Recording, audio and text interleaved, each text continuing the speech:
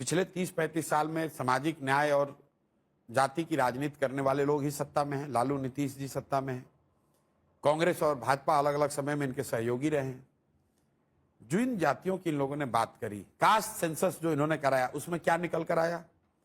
35 साल से सामाजिक न्याय की बात करने वाले नेताओं के शासन के बाद बिहार में आज भी, और आपके दर्शकों को मैं बताना चाहता हूं, 3% दलित समाज के बच्चे 12वीं पास कर रहे हैं। ये जातीय जनगणना बता रहा है। नीतीश लालू का जातीय जनगणना ये बता रहा है। 5% से कम अति पिछड़ा समाज के बच्चे 12वीं पास करते हैं। 7% से कम मुस्लिम समाज के बच्चे 12वीं पास कर रहे हैं।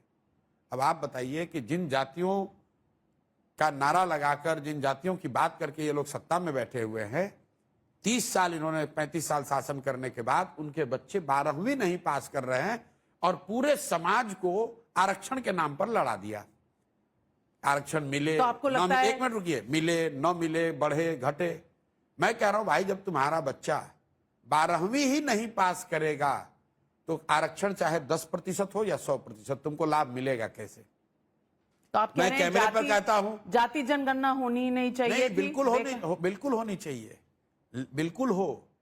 अब तो हालत यह है कि आप देखिए कि 150 साल पुरानी पार्टी कांग्रेस कह रही है कि जातीय जनगणना से ही भला होगा, मोदी जी कह रहे हैं जातीय जनगणना से ही भला होगा।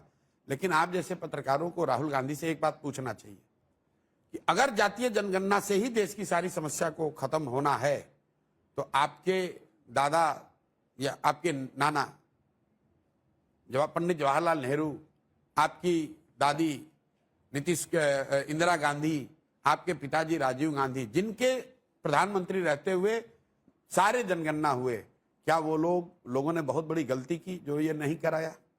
क्या राहुल गांधी कैमरे पर या कोई कांग्रेसी ये स्वीकार करेगा कि इंदिरा गांधी को, राजीव गांधी को, जवाहरलाल नेहरू को देश की समस्याओं की समझ नहीं थी, या वो अति पिछड़ा समाज के साथ उन्होंने बेईमानी की कि उन्होंने जातीय जनगणना नहीं कराया? अगर ये दोनों बात नहीं है तो आप जो नया डिस्कवरी लेकर आए हैं, ये आप समाज को बांटने के लिए और वोट की राजनीति कर रहे हैं, और कोई बात नहीं है। जातीय जनगणना बिल्कुल होनी चाहिए।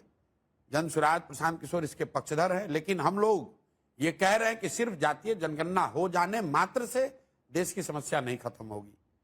जातीय जनगणना होने से कुछ एडिशनल जानकारी मिल सकती है, लेकिन वो जानकारी मिलने से कुछ नहीं होने वाला है। देश में दलितों की गणना होती रही है, सबको मालूम है कि दलित सबसे गरीब और पिछड़े हैं, शैक्षणिक, आर्थिक, हर तरीके से वो पीछे हैं। उनकी जनगणना हो रही है तो क्या उनकी स्थिति सुधर गई? मुसलमानों की गिनती होती रही है तो क्या मुसलमानों की स्थिति सुधर गई? यूपीए की सरकार ने सच्चर कमेटी से स्पेशल स्टडी कराया, उसके बाद सच्चर कमेटी के किसी रिकमेंडेशन पर काम किया?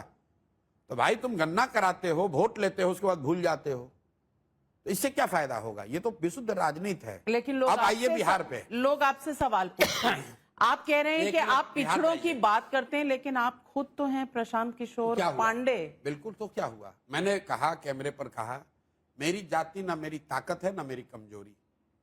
मैं जाति की राजनीति नहीं करता हूं, लेकिन जाति एक समाज की सच्चाई है।